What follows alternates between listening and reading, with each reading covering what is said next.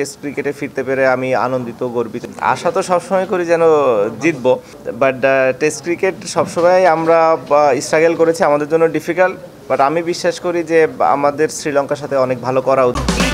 এই ঈদে দেশ জুড়ে কেনাকাটার ফুর্তি হবে শুধু বিকাশে, সাথে ডিসকাউন্ট কুপন, ইনস্ট্যান্ট ক্যাশব্যাক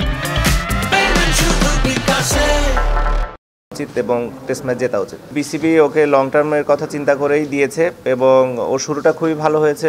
কিছু রেজাল্ট ওর ফরে এসেছে যেটা ওকে হেল্প করবে বা আরও গ্রো করতে। সবার সাপোর্ট থাকলে আমার ধারণা ও অসাধারণ একজন লিডার হবে।